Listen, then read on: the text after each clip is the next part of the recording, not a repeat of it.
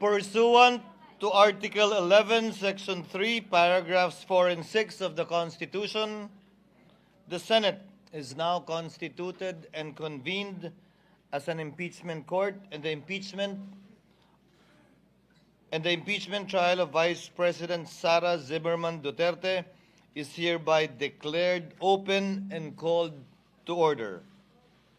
At this time, the chair will preside the oath to the senators in the chamber in conformity with Article 11, Section 3, Paragraph 6 of the Constitution.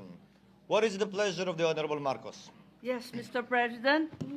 May I place on record that I make this oath ad cautelam without prejudice to the resolution of jurisdictional issues as well as issues pertaining to the validity of the impeachment complaint or to the filing thereof, if any. Thank you. Duly noted and entered into the records. What is the pleasure of Senator Padilla? Gusto ko lamang din pong mailagay sa talaan na ako po ay manunumpa pero meron pong reserbasyon. Yun lamang po. Duly noted and entered into the records. May I now request everyone to please rise. Raise your right hand and repeat after me.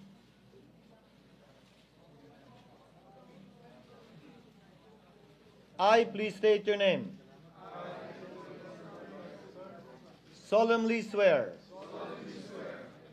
that in all things appertaining to the trial of the impeachment of Vice President Sara Zimmerman Duterte, now pending, I will do impartial justice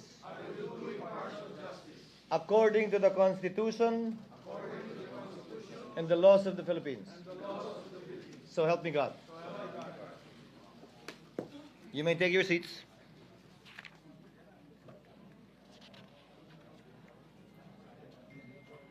The clerk will now call the roll. Case number 003-2025 in the matter of the impeachment trial of Vice President Sara Zimmerman Duterte. Roll call of Senator Judges. Senator Binay, Senator Cayetano Alan, Senator Cayetano Pia, Senator De La Rosa, Senator Ejercito, Senator Estrada, Senator Gatchalian, Senator Go, Senator Ontiveros, Senator Lapid, Senator Legarda, Senator Marcos, Senator Padilla, Senator Pimentel, Senator Poe, Senator Revilla, Senator Tolentino, Senator Tulfo, Senator Villanueva, Senator Villar Cynthia, Senator Villar Mark, Senator Zubiri, the presiding officer. With 23 senator judges present, Chair hereby declares the presence of a quorum. Before we take up the matter at hand, as earlier agreed upon when the Senate was still sitting in plenary, Chair would like to first adopt our rules. Chair hereby adopts Resolution number 39 of the Rules of Procedure on Impeachment Trials, Rule 6 of which provides that the provisions of the rules of the Senate and the revised rules of court shall apply suppletorily whenever applicable. As such, the following issuances of the Supreme Court shall likewise apply suppletorily to the current matter on the impeachment of Vice President Sara Duterte, namely, the 2019 amended Rules of Civil Procedure, Rule 1 to 34, except Rule 5, Rule 13 as amended, by AM number 1037 SC-AM number 1194 SC, B, 2019 amended Rules on Evidence, C, AM number 3-1-09 SC, guidelines to be observed in pretrial and use of deposition discovery measures, Part 1A1 to 9, except provisions on mediation and amicable settlement, D, AM number 1037 SC, AM number 119-4 SC, guidelines on electronic filing of lower courts, in lower courts rather, E, AM number 1288 SC, Judicial Affidavit Rule, except Section 9, and F, such are the relevant rules and issuances. It is to be noted that we did not change any of the provisions of the rules of procedure because there is already a pending impeachment complaint, and the chair would not want to change the rules in the middle of the game, so to speak. However, the updated amended rules of court, as discussed and mentioned and enumerated earlier, shall apply given the suppletory application of the rules of court. Is there any objection? There being none, the aforementioned rules are hereby adopted by the impeachment court.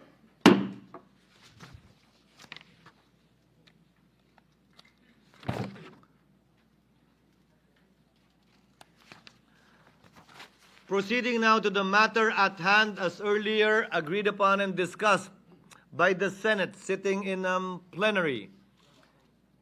What is the pleasure of Member Judge Tolentino? Mr. President, for the record, Mr. President, Mr. Presiding Officer, The gentleman may proceed. in view of the convening of the impeachment court, I move that the Committee on Rules be discharged with the previous referral of the subject impeachment complaint, considering that the plenary itself, acting as a body, has initiated and ratified the formation of the impeachment court through a direct act. It is therefore submitted that there is no further necessity for a committee report to be submitted, debated, or adopted in relation thereto. I so move, Mr. President. Any objection to the motion? Hearing none, the Committee on Rules is so discharged as indicated by Member Judge Tolentino.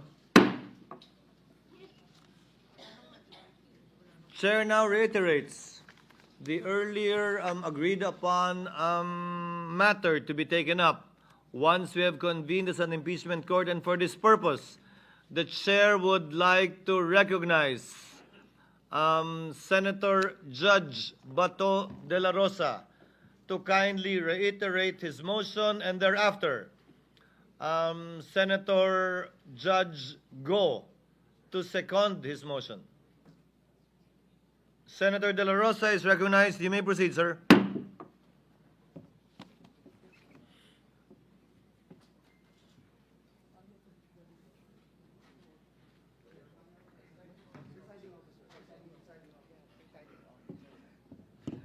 Thank you, Mr. Presiding Officer. Sir.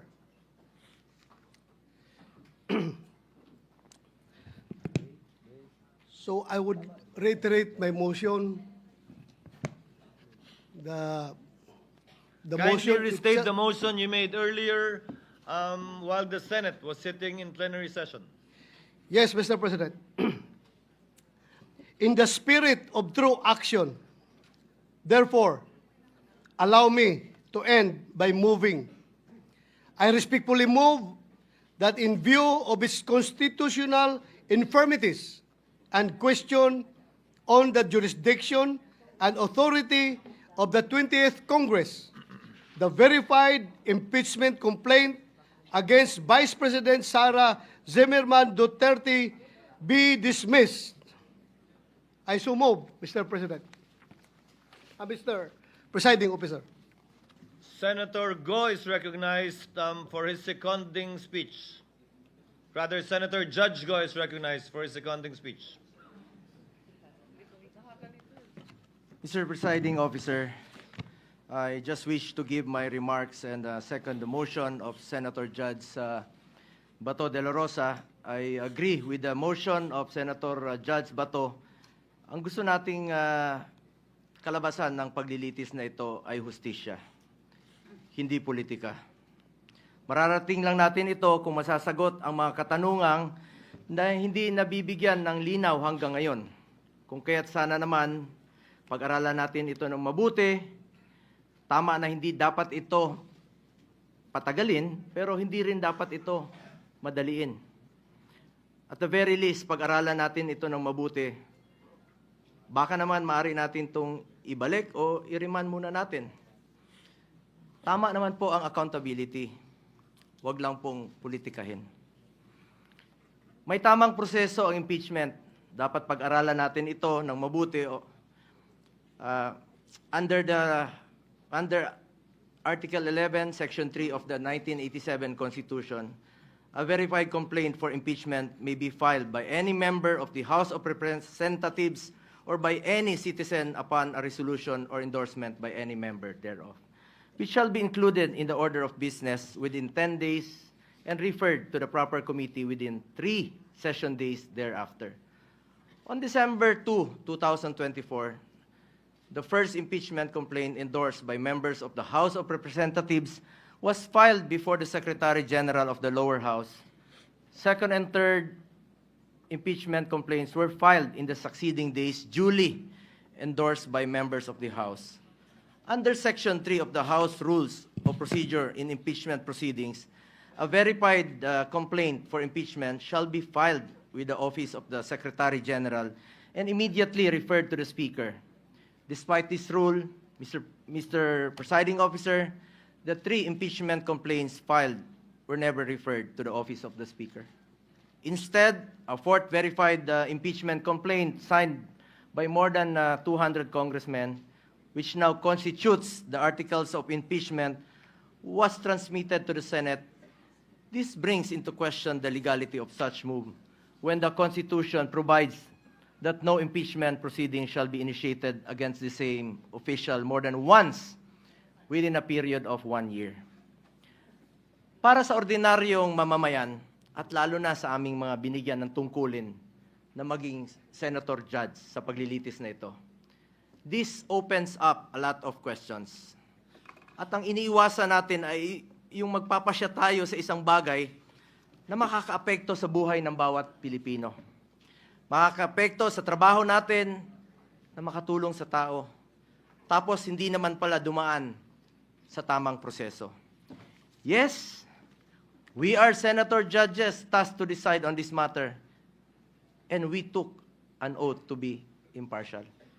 But this matter, whether it went through the right process or not, should be first decided upon and settled with no question prior to that. We are all for accountability. In fact, maganda nga sana mapakita ng accused at ng accusers kung may ebidensya ba o wala. Pero bilang mga mababatas, dapat siguraduhin alinsunod ito sa batas at tamang proseso. Dapat hindi na circumvent ang batas, dapat nasunod ang due process at ang rules. Hindi pwedeng shortcut.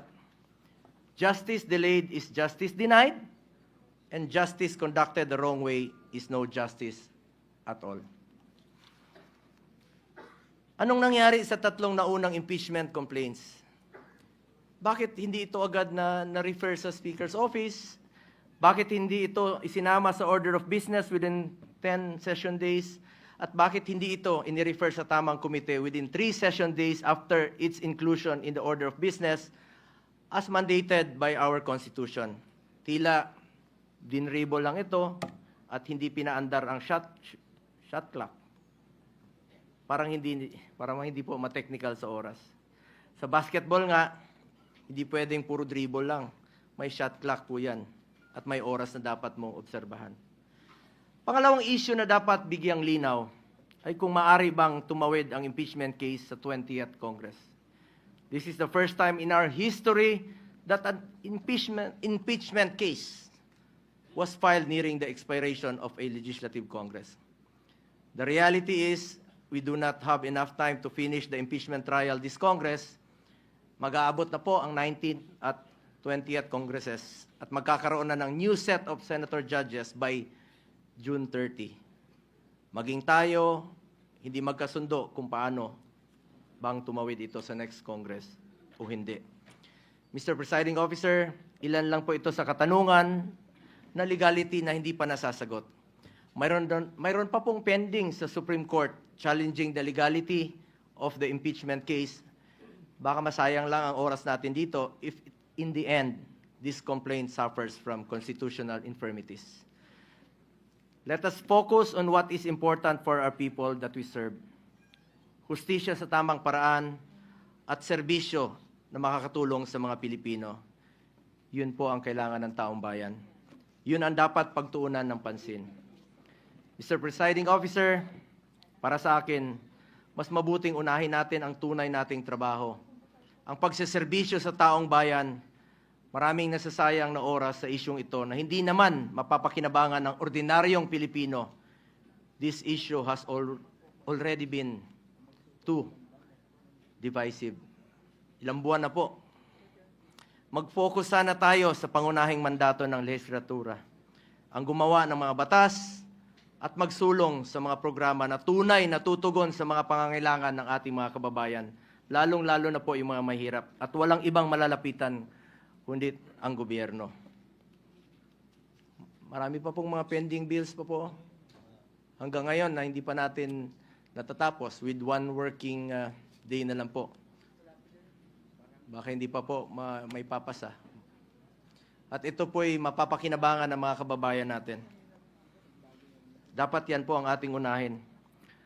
As raised by some of our colleagues yesterday, that in as far as the impeachment case is concerned, based on the results of the recent midterm elections, I believe the Filipino people have decided at ang kanilang desisyon, mas gusto po nilang tutukan natin ang trabaho at serbisyo.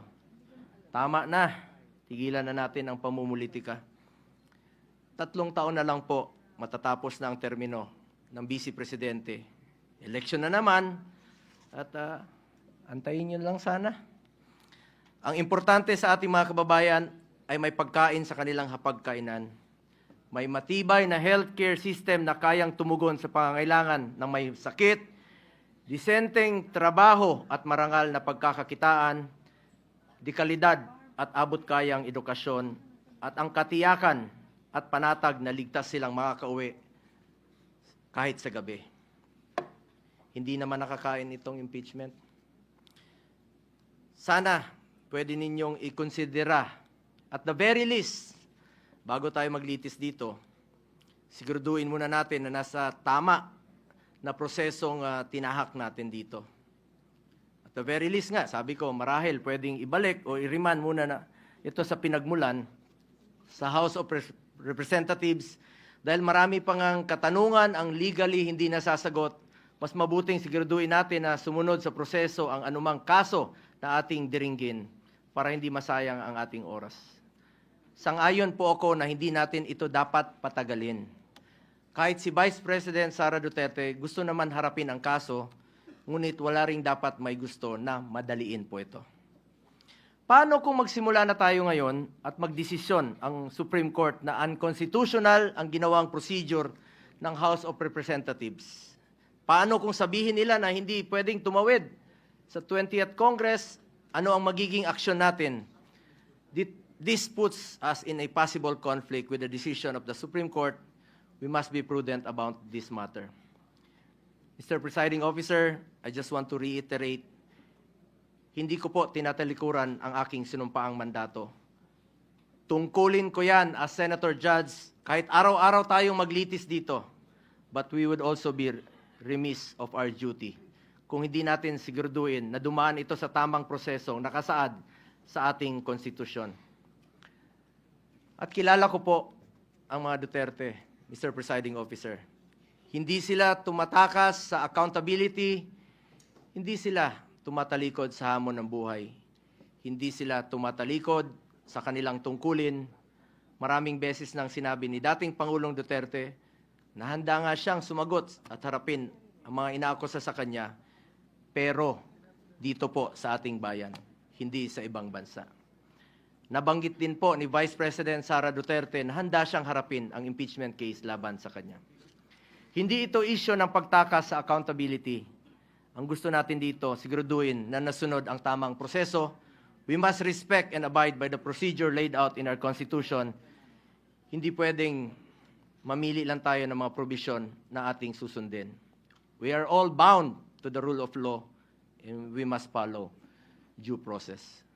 That is all, Mr. Presiding Officer.